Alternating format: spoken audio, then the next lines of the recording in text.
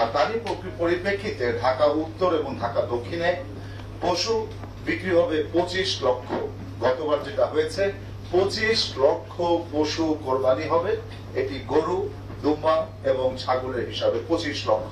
সুতরাং 25 লক্ষ সাধারণত যেটা আমরা বলে থাকি সারা বাংলাদেশের যে পশু কোরবানি হবে তার 4 ভাগের 1 ভাগ পশু কোরবানি হয় হলো এই ঢাকা শহরে।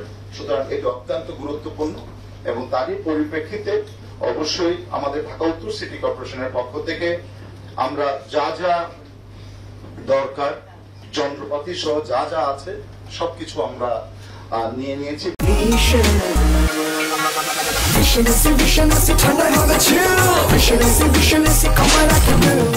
এছাড়া জনবলের দিক থেকে আমরা প্রায় 9,337 জন, প্রায় 10,000 আমরা জনবলকে কাজে লাগাবো। কিন্তু ঢাকা শহরে যেটা অত্যন্ত চাপ, আর এখানে আপনি জানেন ঢাকা উত্তরে বিশেষ করে এখানে ডিপ্লোমেটিক জোন আছে।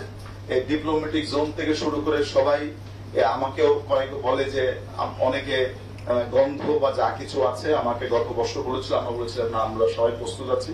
কাজে এটিও আমরা খুব সুন্দরভাবে ডিপ্লোমেটিক জোন, বিশেষ করে ওই এলাকা তো আমরা মাইকিং করে থাকি যে গরু জবাই না দিয়ে বিশেষ করে ডিপ্লোমেটিক জোনে আমরা কিছু জায়গায় আমরা নির্দিষ্ট করে দিই গরু জবাই দেওয়ার জন্য, বিশেষ করে ডিপ্লোমেটিক জোন গুলাতে।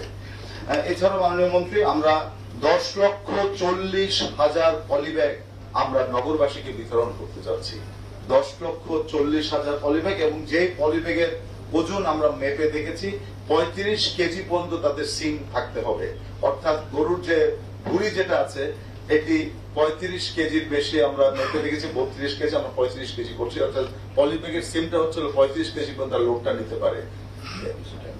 স্ট্রেংথটাকে পলিব্যাগের স্ট্রেংথটা হচ্ছে 35 কেজি আমরা যে লোড বিয়ারিংটাকে, এই লোড বিয়ারিংটা আমরা করেছি আমরা, এবং আমরা চেষ্টা করছি প্রায় প্রত্যেকটি বাড়িতেই আমরা 2টো করে আমরা পলিব্যাগ দিয়ে থাকি। সুতরাং আমরা হিউজ আমরা কভার আপ করি এবং এটা প্রত্যেকটি বাসায় গিয়ে গিয়ে আমরা এই ধরনের পলিব্যাগ গুলোকে আমরা বিতরণ করে দিব। মাননীয় মন্ত্রী আমরা গতবার দেখেছেন যে আমরা আমি নিজে সহ আমার সিইও সহ আমার সকল ডিপার্টমেন্টের সকলেই আমরা সেদিন মাঠে থাকি আমরা, এবং সবাই যখন ঈদ করে আমরা কিন্তু সেইটা করি না। এবং আমরা গত 4-5 বছর আমার সাথে যারা থাকেন আমরা কিন্তু দুপুরবেলা কেউ আমরা বাসায় আমরা খাই না, আমরা যে কোনো জায়গায় আমরা খানাটা খেয়ে নিই। খেয়ে উৎসাহ দেওয়া হয় মাঠের কর্মীদেরকে যে তোমাদের সাথে আমরাও আছি।